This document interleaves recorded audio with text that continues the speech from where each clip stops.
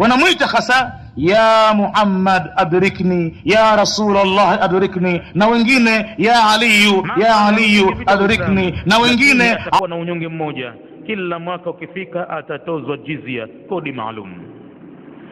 Analiweza hilo na abakie hapo, haliwezi hilo aondoke, au atashambuliwa na Waislamu kivita, kwa sababu ya kwamba Waislamu ndio watawala wa ulimwengu, wamefanywa na Mwenyezi Mungu kwamba wao ndio watukufu, wao ndio wenye kuongoza mambo. Wakija wakikubali udhalilifu, baadaye wataweza kutozwa wao kodi Waislamu. Wakikubali tu udhalilifu katika dunia, basi ile hadhi Mwenyezi Mungu aliyowapa atawanyang'anya, na matokeo yake itakuwa wao ndio wanaoendeshwa mbio, wao ndio wenye kubughudhiwa sasa, na wataingiliwa mpaka katika mambo ya dini yao yaliyokuwa wajibu, yaliyokuwa sunna, yaliyokuwa ni katika sheria, yale katika shurti, wataingiliwa mpaka ndani. Wasiwe na uhuru hata wa kuabudu dini. Watathubutu watu kupenyeza mikono yao, wakiona kidole wamekipenyeza wanapata moyo, mara kati ya kiganja mtu, mara kati ya kichwa. Tahamaki watu wanaingiza mpaka mwili mzima ndani ya Uislamu. Waislamu wasiwe na haki hata ya kufanya ibada kwa mujibu wa itikadi zao. Hayo kwa hakika watapokubali Waislamu kuwa dhalili katika ardhi. Abu Ubaida alitumwa na Mtume akachukue kodi maalumu za jizya, kwa sababu Waislamu ni watukufu. Kafiri yoyote aliyekaa katika nchi za Kiislamu, basi salama yake atoe kodi maalum. Fakadima, na Bahrain, masahaba wakikujua kuna nini tangu wakati ule na mpaka leo, ni nchi ambayo inao utajiri mkubwa wa dhahabu na petroli na mengine mbalimbali kama mifugo. Basi kamtuma akachukue kule kodi kwa makafiri. Fakadima, akarejea Abu Ubaida bin Jarrahi bimalin, kwa mali nyingi, min al-Bahrain, kutokea nchi ya Bahrain. فسمعت الأنصار, وكفت خبار أنصار بقدوم أبي عبيدة, kurejea kwake Abu Ubaida akitokea Bahrain. Na wakati ule Madina ilikuwa imeingia ukame, Madina palikuwa na dhiki kubwa. Walifika Waislamu mpaka kumwacha Mtume wa Mungu na watu wachache anahutubia, na wakati ule khutba ilikuwa baada ya sala na sio kabla ya sala, khutba ya Ijumaa kama ili vile.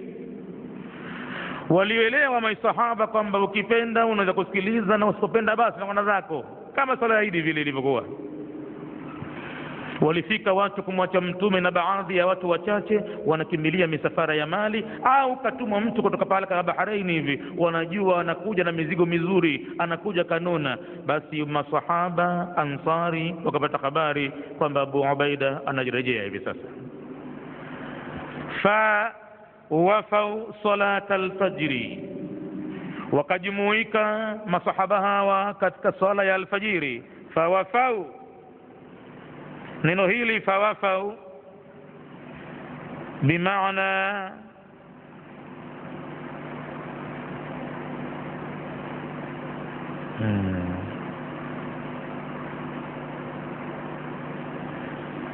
ijtamau, walikusanyika, wahadharu, na wakahudhuria salat alfajri, sala ya asubuhi kwa wingi sana, fi masjidi rasulillahi, katika msikiti wa Mtume wa Mwenyezi Mungu. Fawafau salat alfajri ma'a rasulillahi sallallahu alaihi wasallam.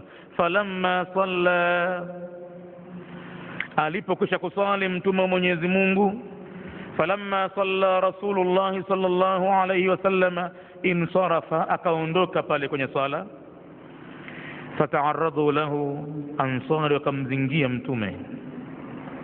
Fata'arradu lahu ay qasadu lahu, walimkusudia kwamba wasimpe nafasi, yaani wanamuomba katika mali aliyokuja nayo Abu Ubaida, usinikose, hali yangu mbaya, wanangu vibaya sana nyumbani hali zao. Almuradi qasadu lahu yushirunahu, wanampa habari bihajatihim, kwa haja zao. Kila mmoja kamzunguka Mtume pale anataja haja zake, na kila mmoja haja zake ni kubwa zaidi kuliko mwenziwe. Fata'arradu lahu, wakawa namzingia Mtume wa Mungu, hana nafasi hata kuinua mguu mbele. Bwana Mtume alipoyaona yale, fatabassama Rasulullah sallallahu alayhi wasallam, akafanya kutabasamu Mtume wa Mwenyezi Mungu, akacheka kidogo. alikuwa akielewa kwamba Madina imeingia dhiki, na sasa washapata habari watu kwamba Abu Ubaida amerejea kutoka Bahrain, na bila shaka amekuja na mali nyingi, maana katumwa jambo la kukusanya kodi kule za jizya. Fatabassama Rasulullah, basi akatabasamu mtume Mwenyezi Mungu, hina raahum, wakati alipowaona Ansari wamemzunguka. Thumma qala, kisha mtume akasema, adhunnukum sami'tum anna Aba Ubaidata, nakudhanieni kwamba nyinyi mshasikia ya kwamba Abu Ubaida qadima bi shay'in min al-Bahrain, amekuja na kitu kutoka Bahrain, ndivyo sivyo? Faqalu ajal, Ansari wakajibu ndiyo ya Rasulullah, tushapata habari hiyo, na ndiyo maana hatukutoi sasa hivi hapa, mpaka utusaidie, mpaka ututie katika moyo wako kwamba fulani na fulani na fulani wasikose kitu. Faqala, basi mtume akawaambia, sikilizeni, abshiru, mimi ninakupeni bishara, furahini, wa amilu, nawekeni matarajio mema, ma yasurrukum, kwa kupata jambo litakalo kufurahisheni. Abshiru, bishara njema kwenu, wa amilu, natarajieni mazuri, ma yasurrukum, ambayo yatakufurahisheni. Pale kidogo Ansari hawakuelewa mtume anawaambia nini. Bado wengine walikuwa dhana yao ni ile dunia, kwamba tulieni, nitakupeni kitu ambacho mtafurahi. Lakini mtume akaendelea, fa wallahi, mimi ninaapa kwa Mwenyezi Mungu, mal faqru akhsha, si ufakiri ninaoogopea mimi alaikum, juu yenu hata kidogo. Siogopei ufakiri, maana ufakiri ninajua utamfanya mtu atulie katika ibada pengine. Wala siogopei kwamba umati wangu utakuwa mafakiri, siogopei hilo. Lakini mimi ninaogopea, akhsha, nachelea, an tubsata dunia alaikum, kuja kukunjuliwa dunia juu yenu nyinyi. Akhsha, naogopa mimi, an tubsata dunia alaikum, kuja kukunjuliwa dunia juu yenu. Tubsata ay tuwassa, kuja kufanyiwa wasaa dunia juu yenu wakati huo. Sasa kwa kuwa dunia ndo mnayo, kama busita, kama ilivyokunjuliwa dunia, ala man kana qablakum, juu ya wale ambao waliopita kabla yenu nyinyi, naogopea nanyi mtapewa mali vile vile. Fatanafasuha, basi itakuwa matokeo yake mtashindania dunia, kama tanafasuha, kama wao waliopita kabla yenu walivyoshindania dunia. Fatuhulikakum, hapo dunia itakuangamizeni, kama ahlakatuhum, kama dunia ilivyoangamiza waliopita kabla yenu. Mtume anabashiri kwamba kushughulikia dunia, kushindania dunia kutawaangamiza watu, dunia itawatupa kama ilivyoangamiza waliopita kabla yetu sisi.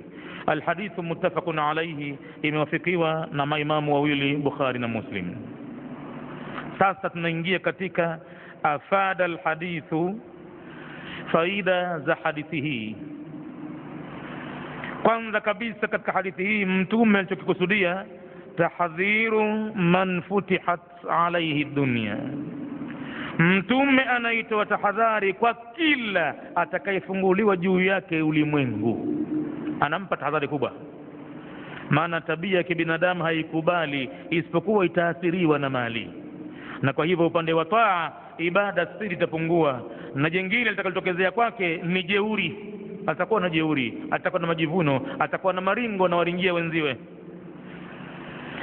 Kwa hivyo tahadhiru man futihat alayhi dunya, mtume kaweka tahadhari kwa kila ambaye itafunguliwa juu yake ulimwengu, min su'i aqibatiha, kutokana na ubaya wa mwisho wake. Dunia mtu kama atapewa, si aghlabu kuwa na mwisho mwema, anaharibikiwa. Kila atakayepewa dunia zaidi ni wachache sana wanaovuka. Wa sharri fitnatiha, na mtume akaitahadharisha shari ya fitna yake dunia. Hii ni faida ya mwanzo ya hadithi, hadhari ya mtume kwa kila atakayekunjuliwa dunia. Kila ukiona kipato kinaongezeka kwako, basi ogopa sana, pengine Mwenyezi Mungu ameshakusudia kukupururia sasa kwa kukupa mali na anakuingiza pahala pabaya. Usipotanabahi, usipojihadhari, basi moja kwa moja utaangamia kwa dunia kama dunia ilivyoangamiza waliopita kabla yetu. Faida ya pili katika hadithi hii ni kwamba atanafusu fi dunya, kushindania watu katika mapato ya kidunia, kad yajurru linsan, inaweza kabisa kumburura mwanadamu ila fasadi dini, kuharibika kwa dini yake. Moja kwa moja dunia ndivyo ilivyo, kipato ndivyo kilivyo. Mara mtu anakuwa hana nafasi tena ya kusali kwa wakati swala zake, kila wakati yuko mbioni kwa ajili ya dunia, maana mambo yake sasa muhimu zaidi yamekuwa na anayaona yanaharibika. Hata kwa dakika 5 za kuswali mambo yake yataharibika. Kwa hivyo nafasi hiyo anakuwa hana tena sasa. Faida ya pili, atanafusu fi dunya, kushindania dunia, kad yajurru linsana, huenda likamburura mwanadamu jambo hilo ila fasadi dini, kuharibika kwa dini yake. Na dini kiharibika ndo kaangamia mtu, na ndiyo maana asikubali kuchezewa mtu katika dini yake. Ikipotea dini yake, basi kashangamia. Heshima yake yote kwa hakika inasimama kwa ajili ya dini yake, namna gani alivyokuwa navyo. Ule msimamo wa dini yake uwe na nguvu, uwe mkali sana, hakubali kuyumbishwa. Amekaa pahala madhubuti kabisa, kwa sababu heshima yake iko juu ya dini yake. Akidharau dini, basi atadharauliwa na yeye vile vile, na Mwenyezi Mungu atamwacha mkono. Akiwa amekaa imara katika dini, basi Mwenyezi Mungu atamuunga mkono na atamsaidia na kumuokoa katika pahala ambapo hadhaniwi kwamba atavuka salama. Mwenyezi Mungu atamuokoa kwa sababu amekuwa makini katika upande wa dini yake. Qala Ibn Hajar, amesema mwanachuoni Ibn Hajar al-Imam, lianna almala, kwa sababu mali, marghubun fihi, imependezeshwa katika moyo wa binadamu ndani ya mali. Fatartahu nufusu, nafsi huwa inastarihi katika upande wa mali.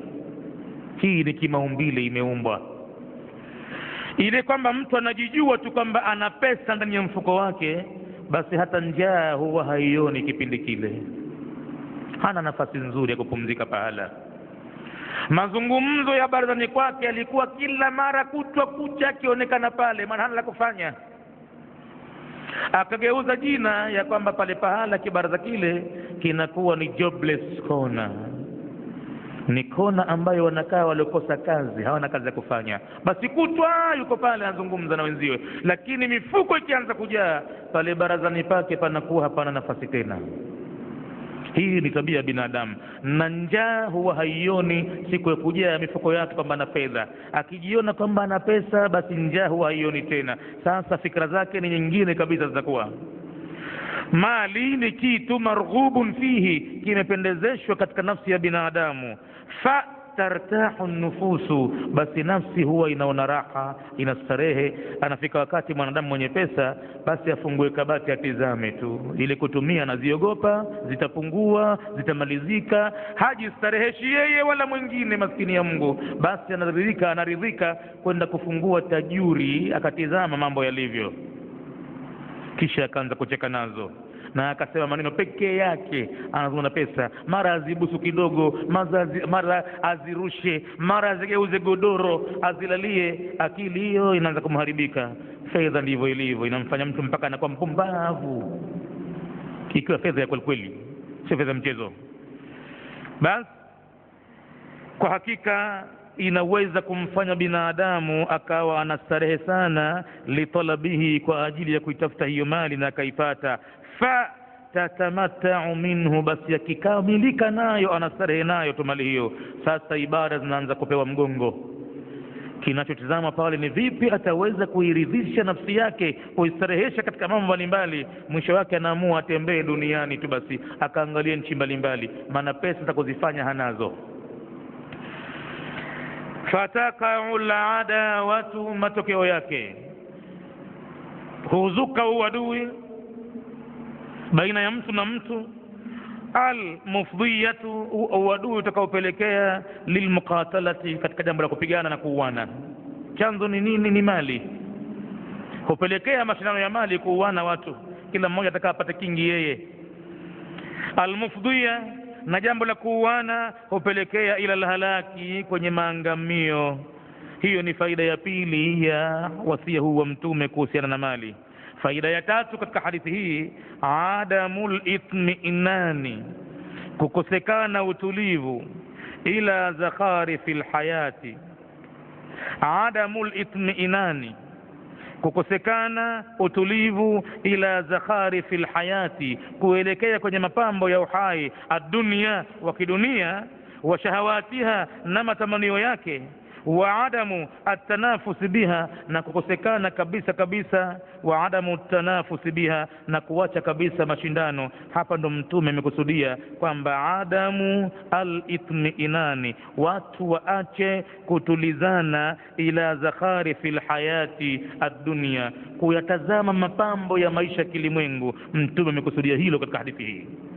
Na vile vile waache wa shahawatiha, matamanio yake, wa adamu atanafusi biha, na waache jambo la kushindania dunia hiyo. Hapo ndipo watapoweza kumkumbuka Mwenyezi Mungu na kumwabudu Mwenyezi Mungu vilivyo. Lakini madhali nyoyo ziko duniani, hata rakaa mbili zimekuwa nzito kwao, na hata kisomo cha sura yoyote ndogo kwenye Qur'ani limekuwa ni jambo lenye kuwaudhi vile vile. Nafasi hiyo hawanayo ya kusimama pahala kumtaja Mwenyezi Mungu.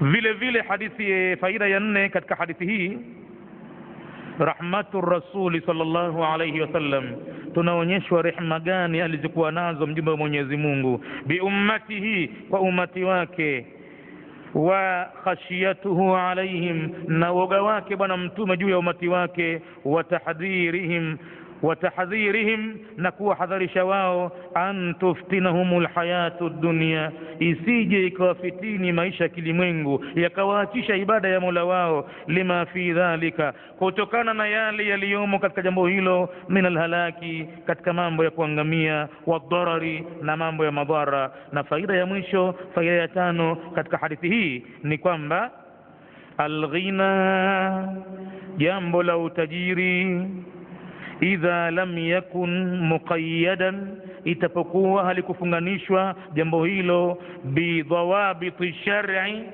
na hifadhi na pingu za kisheria, fa innahu yuaddi, utajiri huo utampelekea tajiri huyo, yuaddi ila mafasidin, kwenda kwenye fisadi, kwenda kwenye maharibiko, tafuku mafasidi alfaqri, fisadi ambazo zinakuwa zaidi kuliko fisadi za ufakiri. Ufakiri nao mbaya, una fisadi zake. Ufakiri inampelekea mtu kuwa muongo, inampelekea mtu kuuza dini yake kwa kupata jambo dogo tu, inampelekea mtu kudharau kila kitu cha Mwenyezi Mungu. Lakini madhara na fisadi za utajiri kubwa zaidi kuliko za umasikini.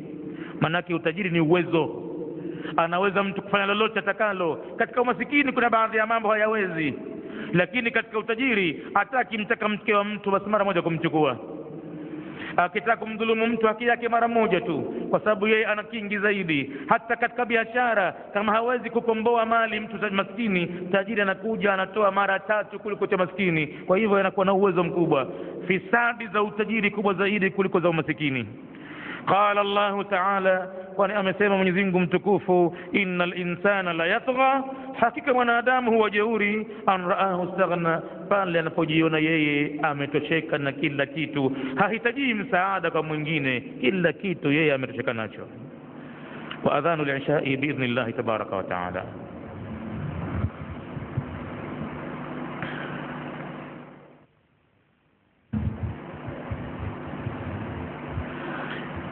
Hadithi ya pili katika hadithi 34 katika mlango wa 55, mlango ambao unatufundisha suala moja zito sana, kubwa sana, la kuipa nyongo dunia na kujihimiza katika kukimbilia kwenye uchache wa mapato ya kidunia. Hadithi ya pili, wa an Abi Sa'id al-Khudri radhiyallahu anhu, na kutokana na Abu Sa'id al-Khudri, Mwenyezi Mungu amradhi, qala, amesema, jalasa Rasulullah sallallahu alayhi wasallam ala al-minbari, alikaa kitako siku moja mjumbe wa Mwenyezi Mungu juu ya mimbari. Wajalasna haulahu, na sisi tukakaa pembezoni mwake pale kumzunguka Mtume. Tuligundua tu kwamba liko jambo Mtume atakulisema. kapanda juu ya membari, kaka kitako, tukasogea karibu yake, tukaizunguka membari chini pale. Wajalasna haulahu, nasi tukakaa pembezoni mwake. Faqala, mtume akasema, inna mimma akha